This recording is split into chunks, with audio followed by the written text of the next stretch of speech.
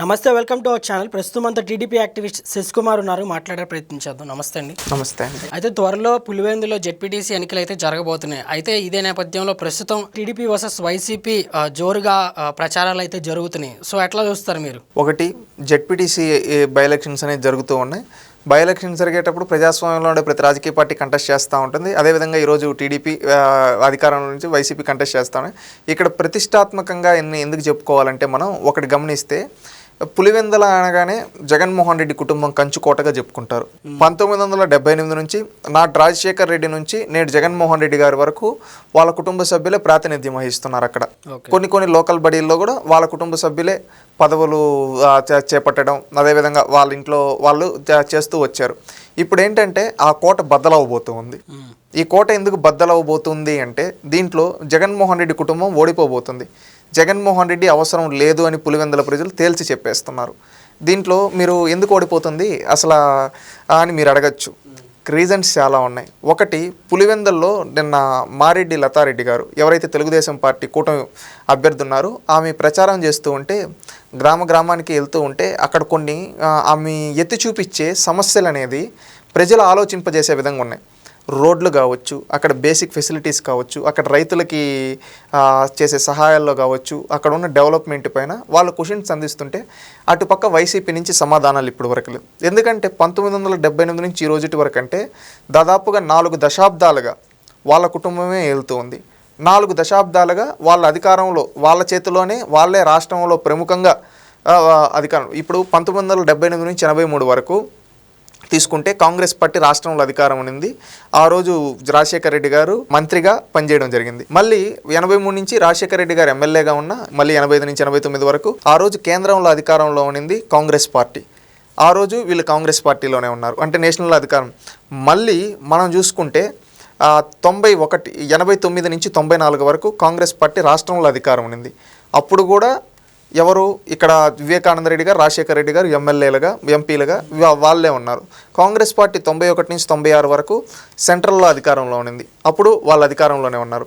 మళ్ళీ 94 నుంచి 2004 వరకు ఇక్కడ చంద్రబాబు నాయుడు గారు ముఖ్యమంత్రి ఉన్నారు. మళ్ళీ 2004 నుంచి 2010 వరకు తీసుకున్న వీళ్ళు వివేకానంద రెడ్డి గారు, వీళ్ళంతా అదే అధికారంలోనే ఉన్నారు. 2014, 19 తీసుకుంటున్నా ఒక తెలుగుదేశం పార్టీ అధికారంలో ఉంది. మళ్ళీ 19 నుంచి 24 వరకు జగన్మోహన్ రెడ్డి గారు ముఖ్యమంత్రిగా, అంటే దాదాపు 11 ఏళ్ళగా వాళ్ళు ముఖ్యమంత్రిగా ప్రాతినిధ్యం వహించి, దాదాపుగా ఒక 15 ఏళ్ళ తప్ప మిగిలిన టైం అంతా వాళ్ళే అధికారంలో ఉన్నారు. 15 ఏళ్ళ టైంలో కూడా వీళ్ళే ప్రతిపక్ష నాయకులుగా ఉన్నారు. అంటే ఇంత ఉండి సమయం వాళ్ళు చేసింది ఏంటంటే గుండు సున్నా. అంటే వాళ్ళకి 4 దశాబ్దాలుగా అవకాశం కల్పించిన ప్రజలు కనీసం రోడ్డు కూడా వేయలేకపోయారు. అది ఆలోచింపదగుతుంది. మళ్ళీ ఇంకొక విషయం ఏంటంటే, మొన్న సుపరిపాలన తొలి అడుగు అని తెలుగుదేశం పార్టీ ఒక కార్యక్రమం చేసింది. ఆ కార్యక్రమంలో పులివెందుల నియోజకవర్గంలో పులివెందుల వెళ్తూ ఉంటే తెలుగుదేశం పార్టీ వాళ్ళు ఇంటింటికి వెళ్ళి అడుగుతారు కదా. అడిగేటప్పుడు వెళ్తే, ముందు ప్రభుత్వంలో బాగుందా అమ్మా, ఈ ప్రభుత్వంలో బాగుందా అంటే అక్కడ ప్రజలు ఏమన్నారంటే ఈ ప్రభుత్వంలోనే బాగుంది. ఎందుకమ్మా అంటే, గతంలో ఆ ప్రభుత్వం ఉండేప్పుడు తల్లికి వందనం మా ఇంట్లో 3 ఉంటే ఒకరికి వచ్చేది, ఇప్పుడు 3కే వస్తూ ఉంది. గతంలో పెన్షను 1000 రూపాయలు సంవత్సరం 5 ఏళ్ళు తీసుకుంటే ఇప్పుడు 1 సంవత్సరం కూడా కాకముందు తొలి నెల నుంచి మాకు పెంచిస్తూ ఉన్నారు. ఒకప్పుడు వికలాంగులకు 3000 ఇచ్చేది, ఇప్పుడు 6000 ఇస్తున్నారు కదా. కొంచెం హెల్ప్ఫుల్గా ఉంది, గతంతో పోల్చుకుంటే ఇప్పుడే మాకు మేలు జరుగుతుందని అక్కడ ప్రజలు, అంటే పులివెందుల ప్రజలు ఆలోచిస్తూ ఉన్నారు. ఏమంటే, మనం ఇన్నేళ్లుగా ఈ కుటుంబానికి అవకాశం కల్పించాం, వాళ్ళు చేసింది ఏది లేక మనల్ని నాశనం చేశారు, మన ఓట్లతో గెలిచి. ఇప్పుడు ఏంటంటే మన ఎమ్మెల్యే కనీసం అసెంబ్లీకి కూడా వెళ్ళటం లేదు. ఎవరు? జగన్మోహన్ రెడ్డి గారు పులివెందుల ఎమ్మెల్యే. ఆయన అసెంబ్లీకి వెళ్తున్నాడా? లేదు. ఇప్పుడు ఎవరైనా ప్రజలు ఎవరి దగ్గరికి వెళ్తారు? ఏదన్నా సమస్య ఉంటే ఎమ్మెల్యే దగ్గరికి వెళ్తారు, అవునా కదా. అలాంటి ఎమ్మెల్యేనే కనీసం అందుబాటులో లేడు. ఎంపీ ఆయన కేసుల చుట్టూ, కోర్టుల చుట్టూ తిరుక్కుంటూ ఉన్నాడు. ఇంకా అక్కడ ఉండేది ఎవరు? లోకల్ బడి వాళ్ళు. అలాంటిది ఇప్పుడు రాష్ట్రంలో అటు కూటమి ప్రభుత్వం అధికారంలో ఉంది, ఇప్పుడు మేలు చేస్తూ ఉంది రాష్ట్రంలో. మనం కూడా ఇప్పుడు వీళ్ళకి నిత్యం కనీసం రోడ్లు కొనలేదు, వీళ్ళు రోడ్లు వేస్తామని, అభివృద్ధి చేస్తామని హామీ ఇస్తున్నారు. ఖచ్చితంగా మనం వీళ్ళకి అండగానే ఒక అవకాశం ఇద్దాం, తప్పే ఉంది.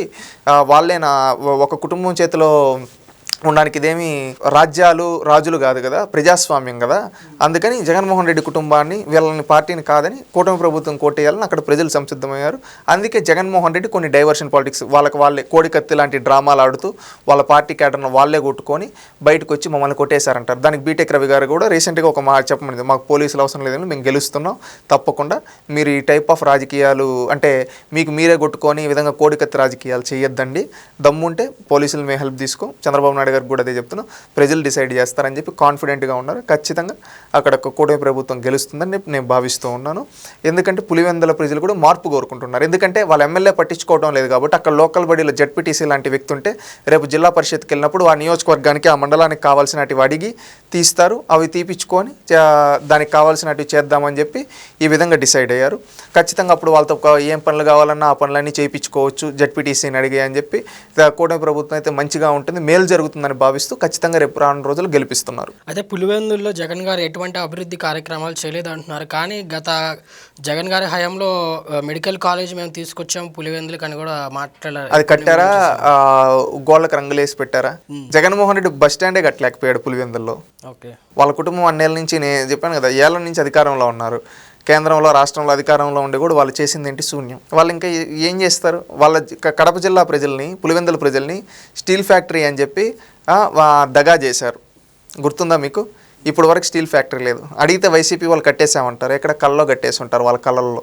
నిజంగా పోయి అక్కడ స్టీల్ ఫ్యాక్టరీ ఎక్కడ ఉందంటే కనీసం గోడలు కూడా కట్టలా. అది వాళ్ళ స్థాయి. దానికి జగన్మోహన్ రెడ్డి గారు ఎన్నిసార్లు శంకుస్థాపన చేశారు, రాజశేఖర రెడ్డి గారు ఎన్నిసార్లు శంకుస్థాపనలు చేశారు మనం చూసుకుంటే ఇద్దరు కలిపి 3 సార్లు శంకుస్థాపన చేశారు. కనీసం ఇటుకరాయి పడిందా అంటే ఒక ఇటుకరాయి కూడా పడలేదు. అది వాళ్ళ చరిత్ర. ఇక్కడ పులివెందుల ప్రజలు మార్పు కోరుకుంటున్నారు. ఆల్రెడీ లాస్ట్ టైం ఎమ్మెల్సీ ఎలక్షన్లో కోరుకున్నారు. మధ్యలో జగన్మోహన్ రెడ్డి గతంకి వచ్చిన మెజారిటీకి ఇప్పుడు వచ్చిన మెజారిటీకి ఒకసారి క్రాస్ చెక్ చేసుకోండి. ఇప్పుడు రేపు రానున్న రోజుల్లో పులివెందుల ఎమ్మెల్యేగా కూడా జగన్మోహన్ రెడ్డిని ఓడించడానికి ప్రజలు సిద్ధపడుతున్నారు. దానికి ఫస్ట్ సెమీఫైనల్స్ లాగా జెడ్పీటీసీ ఎలక్షన్స్లో జగన్మోహన్ రెడ్డిని చిత్తుగా ఓడిస్తారు. అయితే వైఎస్ సునీత గారు రీసెంట్గా ఒక ఆరోపణ అయితే చేశారు, పులివెందులో కనీసం అడుగు పెట్టడానికి కూడా అవకాశం లేదు అనేటువంటి ఆరోపణలు చేస్తారు. అట్లా ఎవరికి అవకాశం లేదు, తనకి అడుగు పెట్టాలనేటువంటి అట్లాంటి పరిస్థితులు లేవు, అంత దారుణంగా ఉన్నాయి పరిస్థితులు అని చెప్తారు. అంటే వాళ్ళు రౌడీయిజం, గుండాయిజం ఇవన్నీ చేశారు కాబట్టి ఖచ్చితంగా అదే విధంగా అనుకుంటారు. ఎందుకంటే గతంలో అంతా వాళ్ళు బాబాయిని ఇంట్లో ఉన్న పులివెందుల్లోనే కదా బాబాయిని చంపేసింది. ఈ విధంగా అవన్నీ చూసిన తర్వాత ఖచ్చితంగా వీళ్ళు భయం ఉంటుంది. కానీ కూటమి ప్రభుత్వంలో ఆమెకి రక్షణ కల్పిస్తారు. ఖచ్చితంగా ఆమె ధైర్యంగా వెళ్ళొచ్చు పులివెందులకి. సో చివరిగా జగన్ గారి యొక్క నియోజకవర్గంలో టీడీపీ జెండా పాతబోతున్నారు. ఓకే అండి, థ్యాంక్ యూ వెరీ మచ్.